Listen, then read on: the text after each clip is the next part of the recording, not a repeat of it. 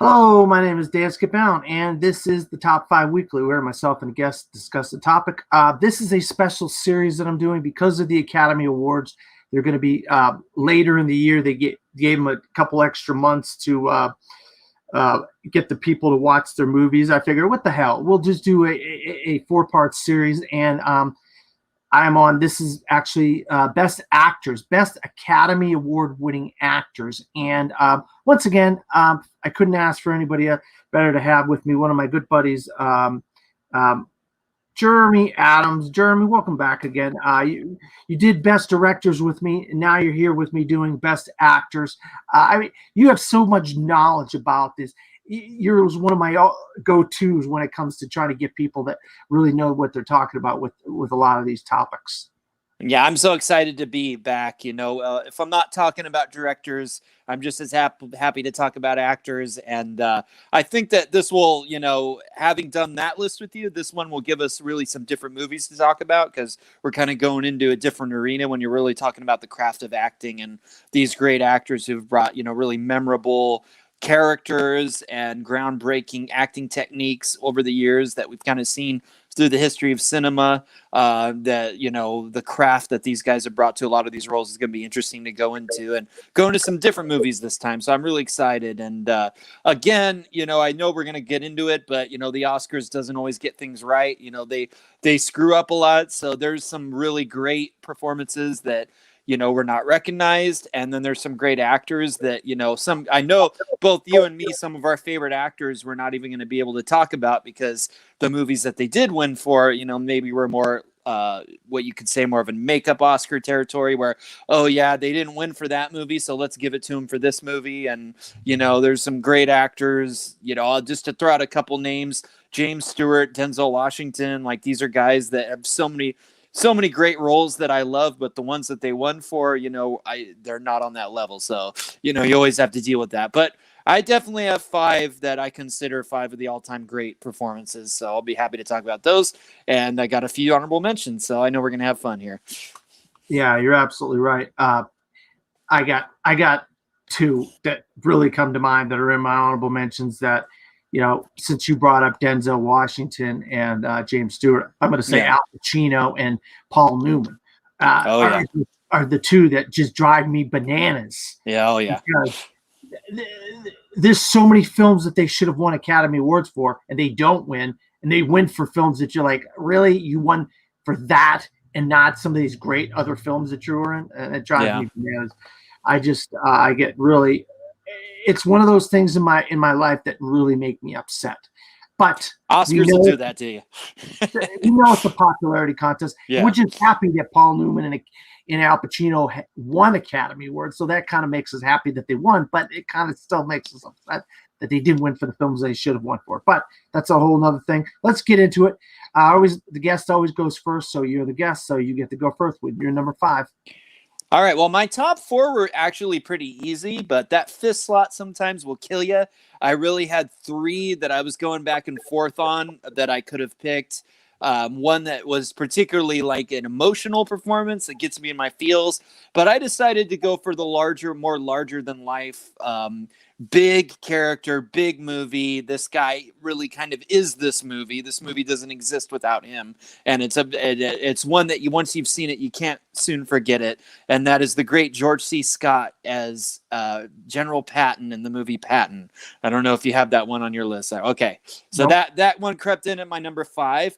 Also interesting because he is only one of 2 actors who have actually refused to accept their Best Actor award. So there's a little bit of controversy there. And this wasn't like for any political reason, like with Marlon Brando, which we can talk about at some point, I guess, who, didn't accept one of his Oscars. But this was just George C. Scott doesn't believe in awards. He thinks, like, all the issues you and I pointed out about the Oscars being a popularity contest. He felt that acting is a craft and you can't win an award for it. It isn't like the 40-meter dash. So that's why he didn't go to the Oscars or accept his award.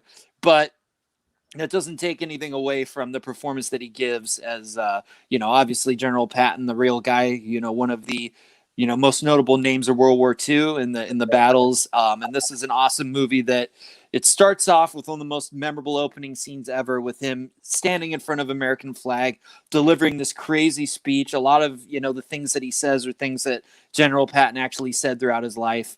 And the one thing I do have to note is somebody that we talked about a lot in Best Directors is Francis Ford Coppola, who actually wrote the script for this movie. And it's an incredible screenplay. This opening scene in particular, just giving us this guy and his brash persona. And then as you go into the movie, you see this guy. He was a great general, but he was also very flawed. He made mistakes. He had an ego, that really got in the way, unlike, General MacArthur, who you heard mentioned in the film, who was a very, stoic, kind of level-headed guy. Patton wasn't that kind of guy. He was way more like, had the emotion and would really get into it. It was a battle of wills with him and the other generals and stuff like that. And you really get into this guy and you get to know him. And then, of course, ultimately he was, kind of lost everything because he had, on a couple occasions, but you see it once in the movie, he had slapped a soldier in the face who was suffering with what we now know as post-traumatic stress syndrome. And he was very unsympathetic to that. So this was really kind of shows you the downfall of this great man, and because of his ego and because of his inability to deal with, the psychological aspects of people and what was going on in these situations, kind of see him fall a little bit. But yeah, George C. Scott's incredible in the movie. Like I said, there's a couple other ones that I was kind of leaning toward, but this guy in this role, like I said, this movie isn't what it is without this guy. So that came in on my number 5 for Best Actor. Yeah, my number 5 is one we did talk about on best directors, and I try to have a little bit of correlation between. Just so happens that this guy directed one of the movies, and he also stars in one of the movies, and I did talk a lot about I love Westerns and I love things, and so I just felt very strongly that Clint Eastwood should be on this list. And so that's why I put him on the list at number 5. I don't know if you have Clint Eastwood from Unforgiven on the list or not. Yeah, he hasn't. Are we just going winners, though? Because he hasn't won. He didn't win? No, he was nominated. He actually lost to Al Pacino for Son of a Woman. Oh, I screwed up then. That's okay. I can give you a minute if you want to, maybe slide one of your other picks in there for actual winners. Yeah. So I was thinking, Clint hasn't won an acting award yet. I mean, which is a bummer because it would have been nice if somewhere along the line he had. But yeah, he's one of those guys. I guess it's they feel they gave it to him for director. We don't need to give it to him for actor. That's how the Oscar is sometimes. Like Robert Redford, he could have won Best Actor, multiple times, but yeah, they gave it to him for director. So I completely looked him up. I looked every one of these up, and I must have somehow overlooked that he only won for director for that. Yeah, absolutely. So, that's an honest. Yeah, that's not a biggie. That is my mistake. I changed that up. Oh God, we're changing up on the fly here. This live video. Without doing any. One of my honorable mentions. My first honorable mention is a guy who won for playing a gladiator. There you go. Russell Crowe in Gladiator to me is just one of the great performances of all time. I just think as Maximus Aurelius, he just does everything you want in a Best Actor winner. And the guy had been given so many great performances leading up to this, and it just was like marrying of a great film with great direction and great acting and great supporting acting and a great villain and a great story, and just it was like it's one of the for that movie, like a movie that was so far beyond its time, because you think of all the sword and sandal movies of the 50s and 60s, you like the year 2000, we're going to have an epic sword and sandal movie, and it's going to be great. And it was great. And Russell Crowe gave arguably one of the greatest acting performances of all time. This guy was on a roll at this time. Oh, yeah. I mean, he was doing, LA Confidential, The Insider, A Beautiful Mind, Cinderella Man, Master and Commander. I mean, he was on an absolute roll. Right in the middle of it, Gladiator, Maximus Aurelius. So, I screwed up with Clint. But you're fine. I made up for it. That's a very solid number 5. Yeah. Yeah. you know, for me personally, I actually thought it was I really love him in A Beautiful Mind and thought he should have won there, but at the same time, you can't take anything away from Gladiator. The physical work obviously he had to do with that movie, and the emotion that he brings to it as this guy who, you know, was betrayed and had his family killed, and everything that he's dealing with. It's powerful stuff. And yeah, we've seen a lot of, you know, characters like this, you know, in the years after that, like a lot of TV shows, Game of Thrones and stuff like that. We've seen these kind of tortured people that are, you know, gladiator types fighting in the battlefield. But, you know, I think this is like the apex of that character. So it's a good pick. Yeah, no, I can't believe I screwed up. I made up with it with Russell Crowe. Excellent. So it's up to your number 4 now. Dang, I can't believe I actually did this again. I forgot the same movie twice, and it's one of my favorite movies, but I'm actually going to make a quick swap, and I'm going to go with this at number 4 because I almost forgot it again. What was wrong with me from our director's list? I'm going to go with a guy who I know you think is a scumbag and a guy who I think is a scumbag, but I still kind of love him. Antonio Salieri, as played by F. Murray Abraham in the film Amadeus, is my number 4. Yeah, he gives a great performance. There's no doubt about F. Murray Abraham gives a great performance. Yeah, and this is one of the rare cases where this isn't a guy like a Pacino or De Niro where they've had, you know, a long career of being, you know, these huge star actors giving performance after performance. Like, this is a character actor who, you know, we've seen in a lot of movies. He's in Scarface, he's in a lot of other things, but he just so happens to be the right guy at the right moment to play this character in this movie. And I just think it's a performance for the ages. And in a movie that's called Amadeus, and, you know, ostensibly is about Mozart and his legacy, really, to me, the movie is about Salieri, and it's about being the guy who is, you know, a respected and accomplished musician in his time, but he sees this other guy over there who's this absolute genius and whose music will stand forever, and he knows that he doesn't stand up to that. And then the jealousy, the anger at God, and everything that he feels in that movie, I think is really, to me, what that movie really is all about. And it's, you know, this is somebody who has done great work. He's been great in a lot of movies. He's had a really long career, but this is the one moment where he really got to step out and shine. And I think it's awesome that, you know, that guy won the Oscar that year, and that is somebody that we can still talk about today, you know, nearly 40 years later. Yeah, when you think about sneaky, backstabby, like snake, like slithery kind of characters, this is one of the best. He's the best. Yep. Like, all the ones you see in like animated movies, you know, like in The Lion King and some of these different types of movies. After this, you're like, oh, these slimy characters. They're modeled after this guy. This guy was snake of all snakes. And F. Murray Abraham is so freaking good. So good. He's so bad. He's so good. My number 4 is a movie very, very close in proximity to Amadeus, maybe even a year before. And, you know, we're talking about Paul Newman. It kind of took away Paul Newman because Paul Newman probably would have won that year for The Verdict if it wasn't for this gentleman who ends up giving, oh, my God. I mean, the body transformation that this guy gives in this movie is one of the great, because he doesn't, I mean, he really doesn't look like the guy, but he looks like him in the movie. You're like, oh my God, that's that guy. And that's Gandhi. Yep. Ben Kingsley. Ben Kingsley. I'm like, oh my God, it looked like Gandhi. I mean, he looked like Gandhi. He sounded like Gandhi. He moved like, I mean, because you see photos of Gandhi, you see video of Gandhi. And it's like, oh my God, Ben Kingsley is one of the most transformative performances of all time. And this is like a 4-hour movie. Yeah.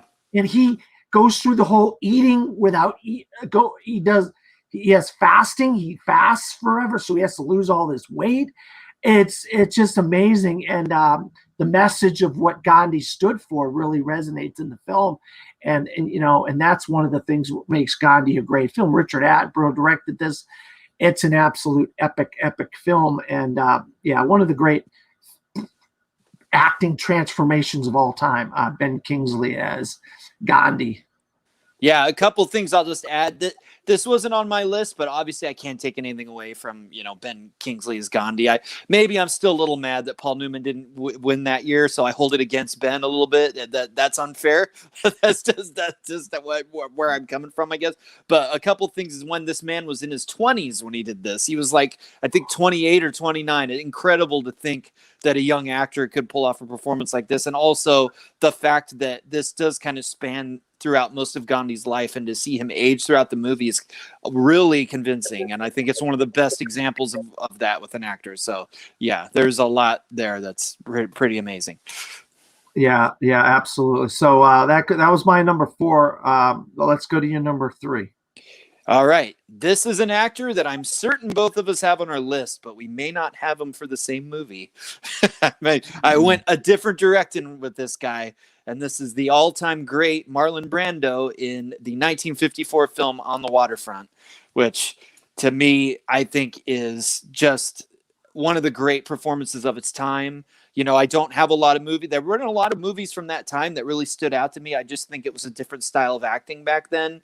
And, some of the performances that I love, like, Orson Welles and Citizen Kane didn't win, that I think really hold up today. A lot of these, I mean, while still being really good performances, I just think they don't quite have the same power and like believability that, we're kind of used to with like more modern and like after the 70s with like just the more modern approach actors were taking. But Brando, obviously, he was one of the guys in the method, and this was a guy who was trying to bring these new techniques with like James Dean and a lot of these other actors. I'm trying to think of his name, the guy from A Place in the Sun, Montgomery Clift, like a lot of these actors that were really trying to bring this new, more realistic approach. And I think On the Waterfront is one where really playing Terry Malloy, this really kind of not very bright former boxer guy who's just working on the docks, just kind of this, this kind of brutish kind of guy who just gets pulled into this whole situation where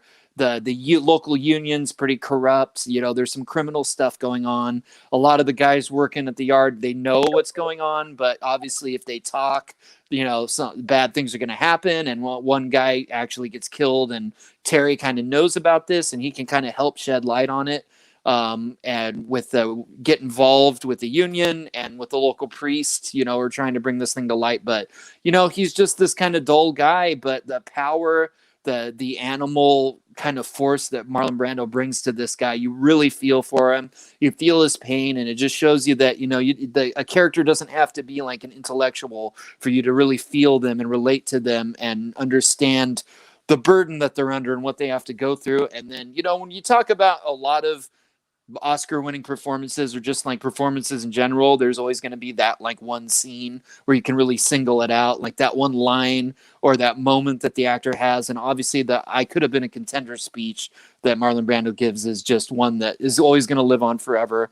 And it's not just Marlon Brando, but the powerful back and forth with Rod Steiger, who plays his older brother, who's the guy that brought him into this world and let him down at a key moment in his life where he could have, gone into boxing and he could have supported him. He makes him, take a dive so that they get money with the local, bosses and whatever. And he made him, basically throw his life away, at least in Marlon Brando's character's mind, because boxing and being a physical guy is like all he had. So he gave that away to do what now? To now work at the docks. And this, all of the history that those two actors bring in that moment, and the fact that by not going along, he's kind of damning his brother. His brother is like, this is putting his brother's life on the line by making the right choice here. So you see the stakes of both these guys. It isn't just about the dialogue. There's so much that goes into that moment, and it's the whole movie that gets you to that point. So yeah, I think Marlon Brando and All the On the Waterfront. Obviously, there's another one I could have picked, but I thought I'd go with this one. And to see him in young Brando in his prime is a powerful thing. Yeah, I mean, he was great in this film. You're absolutely right. I mean, he wins for another film. You're absolutely right. But this film, these films, Streetcar Named Desire, Yeah. On the Waterfront, they really started showing what a great, phenomenal actor he was. And there's a lot of actors didn't have the emotion that Brando could put into a role, and that's what made him stand out amongst a lot of great actors. that didn't have that kind of ability there, that would just cry on screen and just Wail, scream, yeah, yeah, beat themselves up physically Yeah. and mentally for a role. It really showed out on the screen when you're watching it, And yeah, I love On the Waterfront. You're right about that. It's a great film. My number 3 is, well, a film basically with an actor, with a different actor in a different film, but the same director from one of your previous ones. On the Waterfront, not On the Waterfront. One Flew Over the Cuckoo's Nest is another film from Milos. Can I just reveal something real quick? This was my number 4, and I swapped it out with Antonio Salieri because I figured you would have it, so we'd be able to talk about it. But yeah, obviously Jack Nicholson was one that I had in mind. So go ahead, Dan. Oh wow, yeah. I'll tell you what. This is such a wacky, crazy cast of characters. Christopher Lloyd, Danny DeVito, the Indian guy. Jack Nicholson's in this freaking mental hospital. He's dealing with Nurse Ratched. I mean, this crazy nurse. It's just this wild film, and he's just, when you see this role, you think to yourself, okay, and then you see him in The Shining, and then you see him in these other movies, and Batman, and my God, these are all just adjacent to what he did in One Flew Over the Cuckoo's Nest. He did basically the same thing in all these other movies, just different shades of it. Yeah, just slightly different. But the first time he did this wacky, crazy, out there, wild character was One Flew Over the Cuckoo's Nest, and he won an Academy Award for it. And he's just so great in this role. And the 70s, he was just on fire. I mean, it's so many great performances in the 70s. A lot of the movies people don't think of, like the Missouri Breaks and Five Easy Pieces, but they think of One Flew Over the Cuckoo's Nest, and they think of The Shining. But Nicholson had a lot of great roles in the 70s, but he really took off in the 80s. But the guy was around. He's been around a long, long time before he finally retired. I think It's Complicated might have been his last.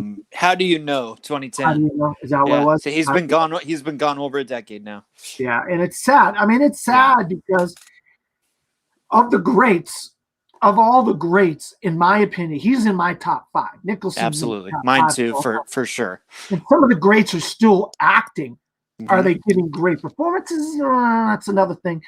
So he decided, based on his health issues and things, to kind of hang it up. And it's sad because you just want, I guess we're just jealous, and we're just like, oh, we want more Nicholson. We want more Nicholson. And we did get a great Nicholson in The Departed. Yeah. He plays the Boston gangster, basically based on Whitey Bulger in that. But so that was one of his last great things he did. And it's sad to see the guy go. But some of his early work, like One Flew Over the Cuckoo's Nest, he was just, oh God, yeah, it was great. Yeah, like I said, I just kind of on a technicality took it off my 5, but it really easily could be there, and I just think, particularly his 70s movies, I just love the work that Jack Nicholson was doing in this time, and this is the apex of it. This is the one where he really, it's different times. This was a huge hit movie, this kind of depressing movie set in a mental institution with a lot of political under themes to it about, authority and anti-authority and, how the two clash. This movie was the movie people were going to see. This was like the MCU movie of its time, which is kind of crazy to think of, but this was the 70s. This was a time when people were celebrating, these intellectual, really adult kind of movies. And this was right at the height of that. But yeah, if you just starting with Easy Rider and going through Five Easy Pieces in Chinatown, Last Detail. I mean, these are incredible performances that this guy was giving. But yeah, I think, this is like where you get the Jack. This is where Jack, as we know him, really like fully came together in this film. He's Yeah. so Jack here, and it's, it's interesting to think that this movie, they've been trying to make this movie since the early 60s. Kirk Douglas had owned the property and was gonna, star in the role at some point, but you just couldn't get it made at the time. And his son Michael Douglas ended up producing the movie, and they get this guy Jack Nicholson, and then it's like, I don't know if you can, but I certainly can't imagine Kirk Douglas or anyone else playing this character, because he's just the perfect mix of the anti-authority guy, the wild guy, the guy who, probably isn't crazy, but he's manic enough that you can understand why he's here and having these battles with the Nurse Ratched and everything. So yeah, it's definitely one for the ages. And like I said, when we were talking about directors, Milos Forman, I mean, his 2 wins are, 2 for the ages for me. Yeah, no, absolutely. And he was so misunderstood. And this is a decade where a lot of people were misunderstood, the 70s. And so he was playing a misunderstood character in this mental institution, and these people that were fighting against things. And there was a lot of movies about fighting against the system, the system, society, all this kind of stuff. So it really fit in. This movie fit into when it came out, and it fit in. The role of Jack really fit into what people were thinking, what they were going through, and not a lot of their in their world that they were living in. All right, let's go to your number 2. Well, from the last 3 that I had, these were more like larger than life. Like, you take the actor and he kind of brings his persona to the role, and they're like these larger than life characters. But for my top 2, I really went to 2 guys who transform themselves completely and become a completely different character. And I think there have been a lot of great performances, some great Oscar-winning performances that fit in. This guy just morphs into a completely different guy. And I don't think, when you talk about that kind of performance, you can't talk about it without talking about Daniel Day-Lewis. And the one that I picked for him, it's tough because he has 3 wins and they're all tremendous, but I had to go with my guy, Daniel Plainview, and There Will Be Blood is my number 2. You don't have that one? No, I got somebody else in my honorable mention, but okay. I didn't have any of Daniel Day-Lewis in my actual 5. My left foot in Lincoln. I mean, he's great in all 3 of these movies. Completely he's one of those method type actors. He doesn't just play Daniel Day-Lewis or play like a heightened version of himself. He transforms. And in My Left Foot, playing Christy Brown, a real life guy who had cerebral palsy, he physically contorted his body to be this guy. And then obviously in Lincoln, he did all this research, a year of research into who Lincoln was, his physical mannerisms, his voice. He did everything to, bring as real a portrayal of that character as he could. But for me, it's There Will Be Blood, playing this made up character of Daniel Plainview based on the oil barons of the early 1900s. This was inspired by a book called Oil by Upton Sinclair, but it's Paul Thomas Anderson, the director, took it in a totally different direction and created this kind of weird, otherworldly sort of experience about this guy in the early 1900s. And I just think, he kind of creates this character that you haven't seen this character in years. It's such a unique and memorable character that's all his own, that he just kind of creates from the bottom up to be this guy who's kind of like evokes the big personalities of that time, the early 1900s. I know a lot of people feel that he evokes John Huston in particular, who was an actor and director that, we mention a lot when we talk about the Oscars. But he's just this kind of guy who's stoic and stern and larger than life. And obviously he's trying to mine oil in California and make his fortune and everything. But underneath the surface of this guy, if you go scene by scene in this movie, you feel something's cracking. Like there's just something wrong in this guy, in his psyche, in his soul. There's just something missing and hollow. And from scene to scene,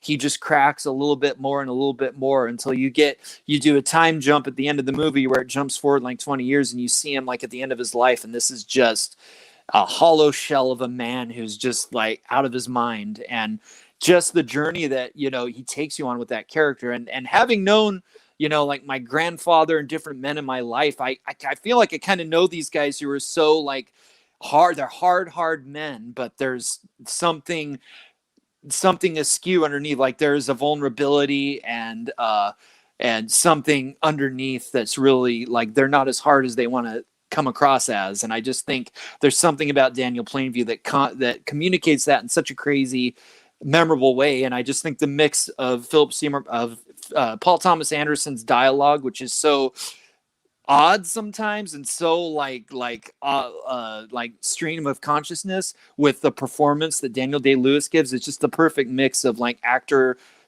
with the writer and director. And so for me, this is one that absolutely stands up there for me. And it's this is always the case, but you don't see Daniel Day-Lewis. You see this character who really becomes real in this film. Yeah, I mean, no, you're absolutely right. I mean, I'll be honest with you. When I saw this movie, I absolutely hated this movie. Oh, I love this movie. I could not stand this guy. I'm being 100% honest. I hated this movie. I could not stand this guy. This is what made me hate this movie so much. I could not stand the guy that Daniel Day-Lewis was playing. But as the years have gone by, I have more respect for him as this role, because he got me to think that I hated him so much that, to me, as the years went by, I said to myself, that means he's doing his job. Exactly. He's making me hate him. He's making me hate him and hate this performance and hate the whole thing. That means he's doing the right thing. He's doing what he's supposed to be doing. He wants you to hate him. And so it took me a while as a film fan, as a film aficionado, to really appreciate this performance. Because at first I did not like this at all. I did not like, and it would be different though, Dan, if this was just like all made up BS, but there are guys like this. That's the thing. Yeah. And I think that's what makes it powerful. Like this, and a lot of the guys who made, this country, like, built the infrastructure, the trains, the oil, all of that, they were these hard driving sort of personalities. And he channels that. So yeah, I could definitely see why it's a tough pill for some people, though, because Daniel Day-Lewis is not a guy who goes halfway. He goes all the way with the character. No, and what film I do like him in is, he plays Bill the Butcher. I mean, in Gangs of New York, he's phenomenal. Yeah, because that guy's such a sweetheart. He's such a bad guy in that. So he kind of, he's playing these type of roles like Bill the Butcher. He plays, Daniel Plainview.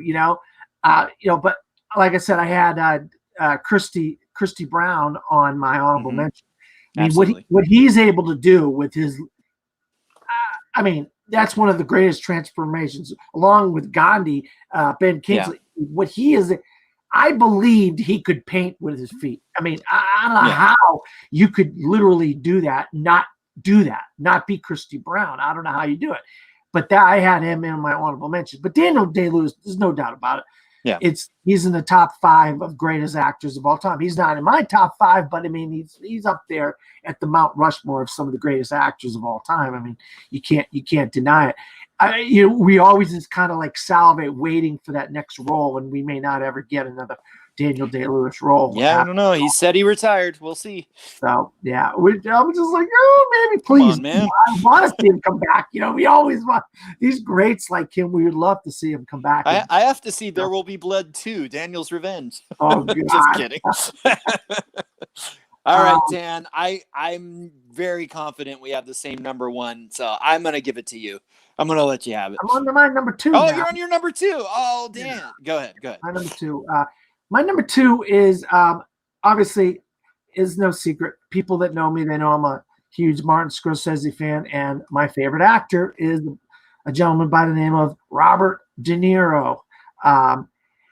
And I couldn't do a top 5 of best acting performances if I didn't put Jake LaMotta in Raging Bull. Okay. You threw me off. Jake, that's my number 1. But I'm going to let you go first since it's your number 2, and then I'll wax poetic after. Jake LaMotta is my number 1. I have a different number 1, obviously. Okay. I know what it is now. I forgot. We hadn't gotten there yet. Yeah. So Robert De Niro is my favorite actor. I mean, he's just somebody that I don't know what it is about me as a person. Maybe that's something about me, who I am as a person, that this guy is my favorite actor, and the characters that he plays, you know, the King of Comedy and Taxi Driver and Vito Corleone and the Deer Hunter and all these characters that he plays.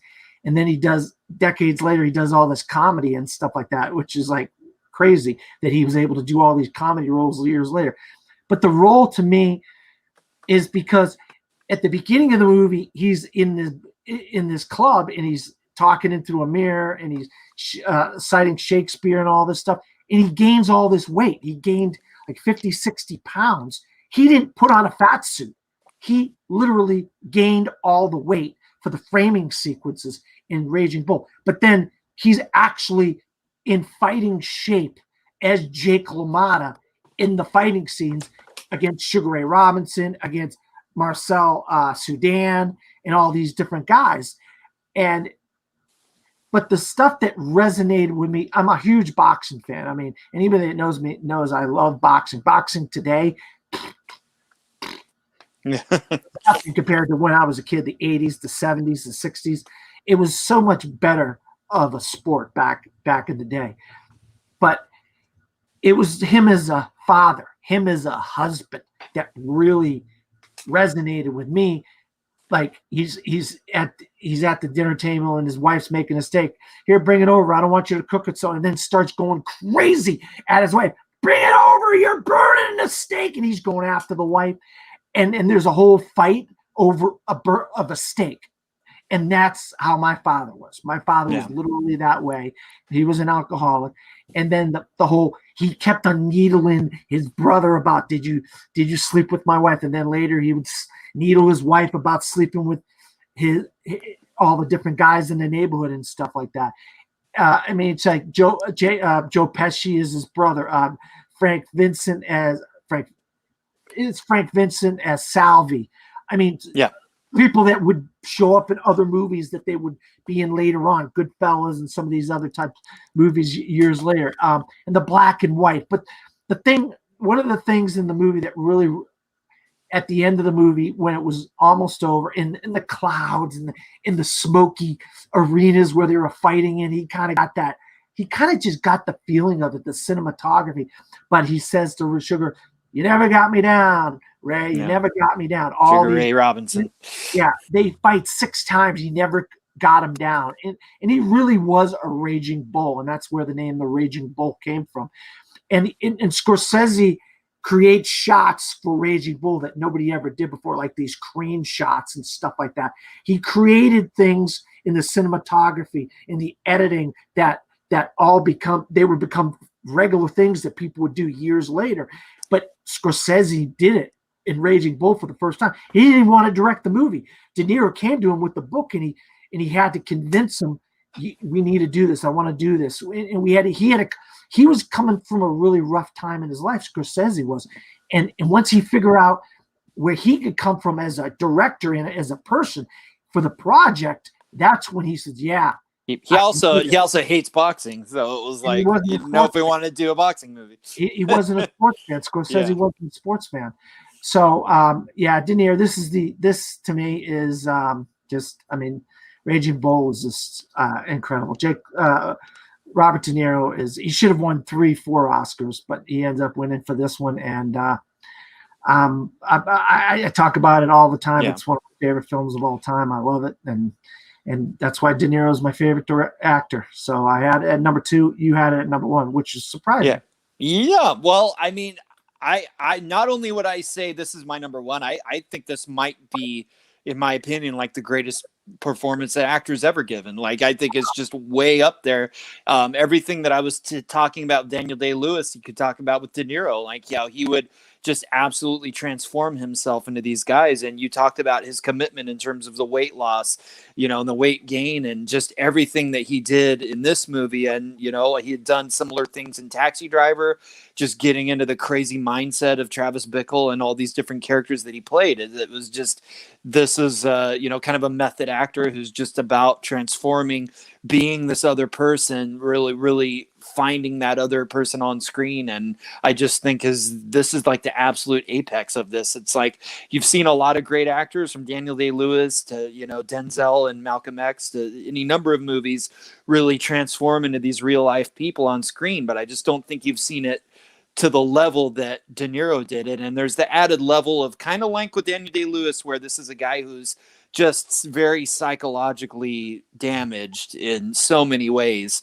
And to get into that mindset and to really convey just how lost and just not destructive and self-destructive this guy is, and to be brave enough to bring that to the screen in the way that he did it. And like you said, Dan, it resonates with you, with like your dad, and with me, with men that I've known in my life. Like there are guys out there that they're trying to raise families, they're trying to do all this stuff, but there's just psychological stuff that they haven't properly dealt with, and it just like destroys some of them from the inside out. And I just don't think I've seen that on the level that you do with Raging Bull. And to do that with a real life person, and to get the real life person to give his blessing, it's based on Jake LaMotta's book, and he was on board with this. It's just, there's a lot of honesty and bravery all the way around, from De Niro, from Jake LaMotta, from Scorsese to bring this movie. And at the same time, like when we were talking about directors with Schindler's List, like it's artistic, it's this black and white film, and it gets into that you really feel the brutality of this guy without it being overly too over the top, because it isn't black and white. There's the blood and everything of the matches, there's the brutality of him beating up his wife and all this stuff, but you feel like it's done in an artistic way where you've got just enough removed from it where you can still watch it and be engaged with the story and the character without it just being overly oppressive. And I just think it takes these great artists to be able to do that. So yeah, for me, the only guy that could get above Daniel Day-Lewis and their technical craft and who has won the Oscar is De Niro. Like that, and it's like we know De Niro now he's just, oh yeah, a little bit. We know the De Niro impressions and the persona now, but it's like this guy was a whole other level of transforming into these characters, and it's every once in a while you get a little bit of it still with him. Still every once in a while you'll have that performance from him where that the little bit of that old De Niro comes through. So the guy, like you said, I totally get him being your favorite actor. It's hard to argue with that. Yeah, and then they had like Sports Illustrated, Time Magazine, some of these different things came out at the end of the decade, and Raging Bull was voted the best movie of the decade. Yeah, and part of the reason I'm such a movie fan and a movie trivia guy is because I grew up watching Siskel and Ebert like every Sunday night, and that was their favorite movie of the 80s, and they never stopped talking about that movie. And Goodfellas was their favorite movie of the 90s. So yeah, Ebert, I love his book on he reviews all of Scorsese's movies, and then he does an extra if he changed anything, if he thought anything different. He's got every one of his movies reviewed, and then he has extra stuff on every. It's a Scorsese Ebert. It's Scorsese by Ebert. The book is called. Great book. If you haven't read it yet, but my number one, you alluded to it earlier. You had Marlon on the Brando waterfront. On the waterfront, and I have Marlon Brando as Vito Corleone and The Godfather. I just think that this character is just one of the greatest movie characters of all time. And what he did with he put things in his mouth, prosthetic, jaw. And then he had nothing to do with the role. He sees his cat on set, like walking around, grabs the cat, starts petting the cat. That's become part of the character, and he just out of nowhere he just does these things. He puts this. It wasn't part of the character, and he just created this character on the fly, and it just shows you what an incredible actor Marlon Brando is. And then for him to have the characters that give him respect in the movie, you see, the scene at the beginning of the movie where the guy comes in and he asks, I need a favor. And then the singer guy comes in, I want this role. Can you help me out? And then it's just the respect that he gets on screen as the character of Vito Corleone, but also just what the creative things he does to become this character of Vito Corleone. And I cannot think of a better character in the history of movies. I mean, there's a lot of great characters in the history of movies, but I literally could not think of a better character. And if in my opinion, the greatest movie character of all time is Vito Corleone, then you've got to reward the actor that plays that man, that character. And in my opinion, that's why I have Marlon Brando as Vito Corleone as my number one. And I know you love this performance, so I know you got some thoughts on it. Yeah, I mean, it's incredible. You know, at the time, Brando was kind of on the outs. His career had kind of really taken a hit, and he had a series of flops in the 60s. So it was really taking Francis Ford Coppola to kind of believe in him. And he did all this underhanded stuff with this, you know, screen tests that he did, under the nose of the studio a little bit. But, you know, he knew that Brando really was the guy who could do this. He knew he needed an actor of that caliber to be this character, to anchor this movie and to bring you into this world. And yeah, Brando is just, you know, he didn't play a character like this before. Again, this is a very transformative thing where he becomes this other guy. This was, you know, so far removed from the young Brando that we saw and, you know, On the Waterfront and all these other films. You know, he was 47 when he did this, and he's playing the old patriarch guy, and you see him throughout the movie, he gets shot and has a heart attack, and he's like the old frail guy hanging out with his grandson and stuff, having a heart attack. It's like he so completely convinces you of all of this with his physical acting, and I think that goes back to, you know, the having trained in the method and that whole period in the 50s. Yeah, for me, the only reason that, you know, this didn't make it for me is a technicality, and it was another performance that absolutely would have made this list is Anthony Hopkins as Hannibal Lecter in Silence of the Lambs, because I think he's absolutely like another one of the great movie characters ever. But both of them to me are a little more supporting. Like I feel like really. Al Pacino's the lead in that movie, and it's really more Michael's story overall. So that's the only technicality where, you know, I thought I would give it to a different Brando movie where he really was the lead and he really was his story. But, you know, that's the only thing that takes away in any way from the towering achievement of playing Vito. So obviously a great pick. Yeah, no, I completely understand where you're coming from. All right, let's get into a few honorable mentions. Go first. All right, the one that I was fighting with George C. Scott, which is a little more of an emotional pick for me, is Gregory Peck in To Kill a Mockingbird. It's just his performance in that movie. It just gets me every time. He's just this lawyer who's trying to fight for, you know, civil rights in that horrible time, and he brings such grace and to that role. And it's just a movie that, you know, gets me every time that I watch it, and is a great adaptation of a great book.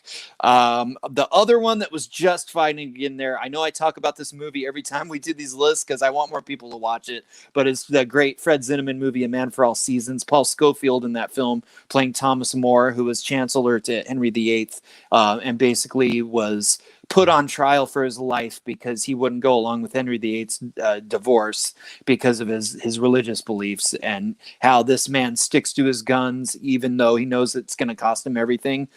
He has to do, you know, what he believes is right, and the way that Paul Scofield plays this is one of the incredible like acting achievements from me.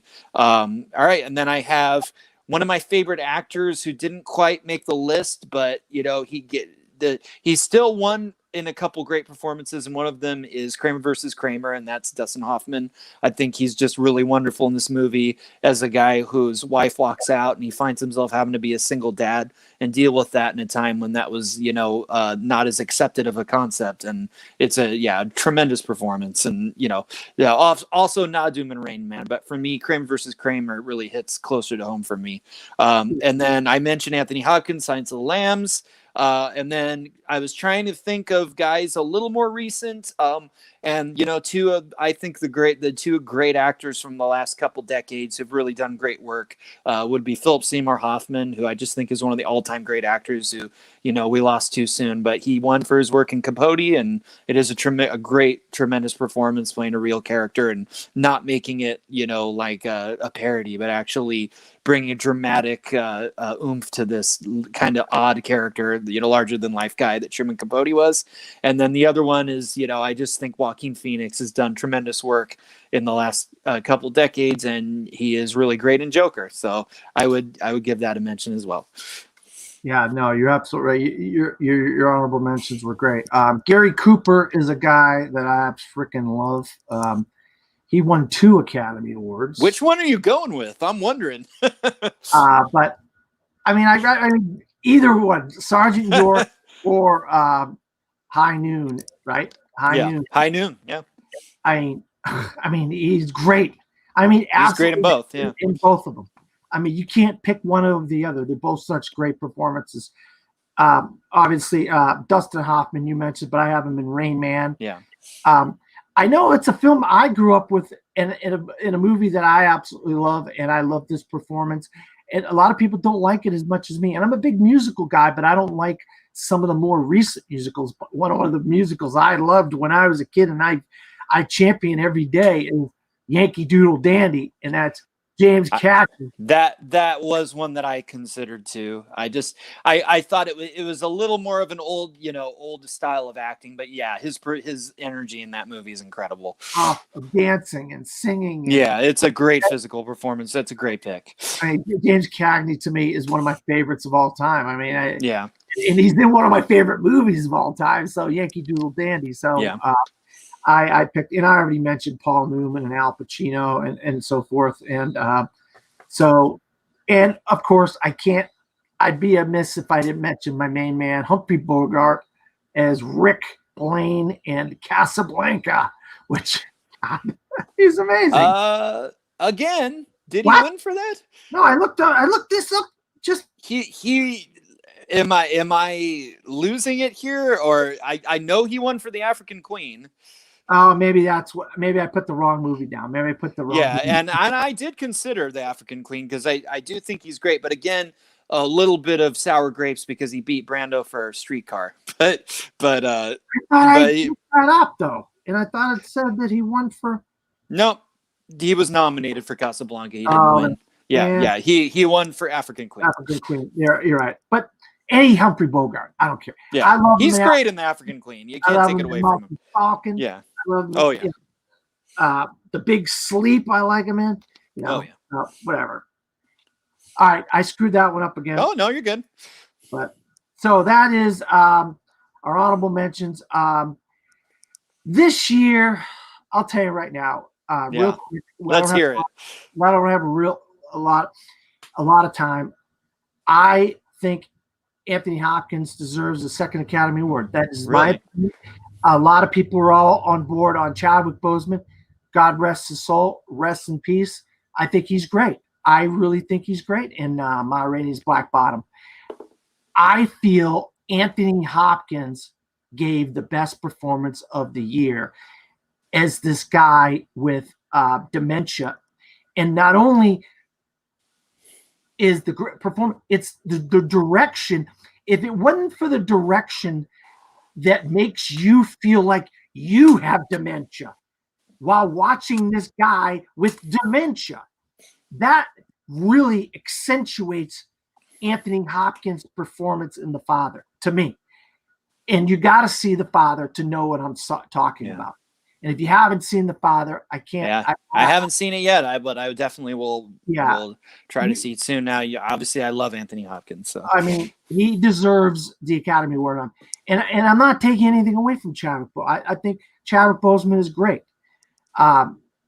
Stephen Yeun in Minari as his father, who takes his family to Arkansas and tries to be a farmer and whatnot. Fantastic. I'm glad to see this little kid. We saw, hey jerk, under the tank. What are you doing?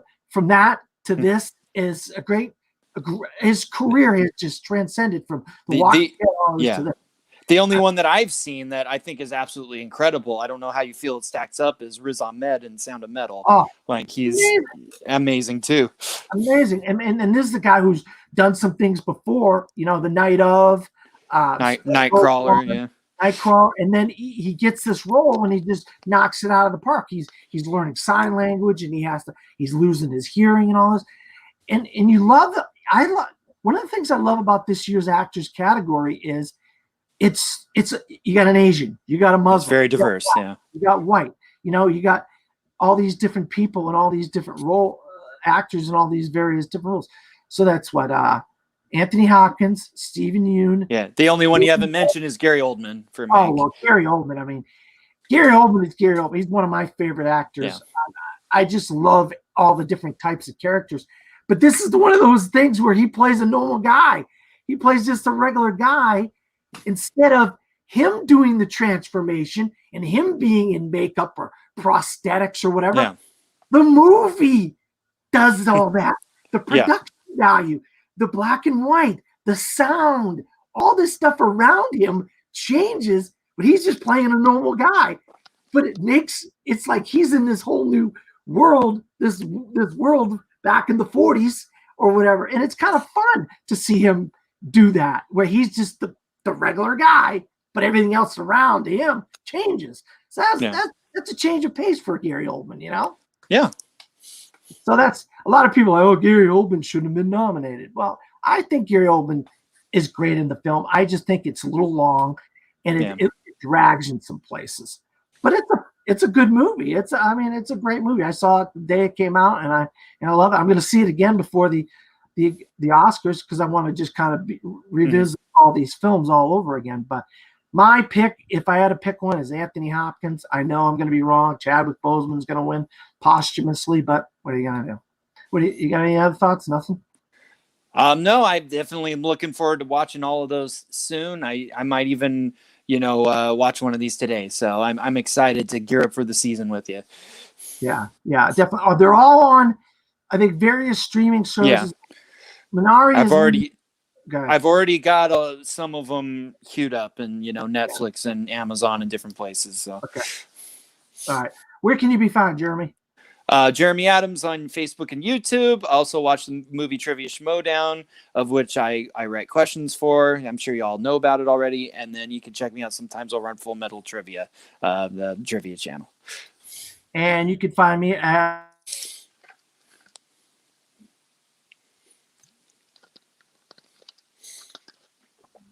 don't at me. I didn't come up with the name. I just write for them. Also, my own personal blog, From the Fourth Row, at wordpress.com, where if you don't see me writing a review of something on disappointmentmedia.com, I probably wrote it on my own blog.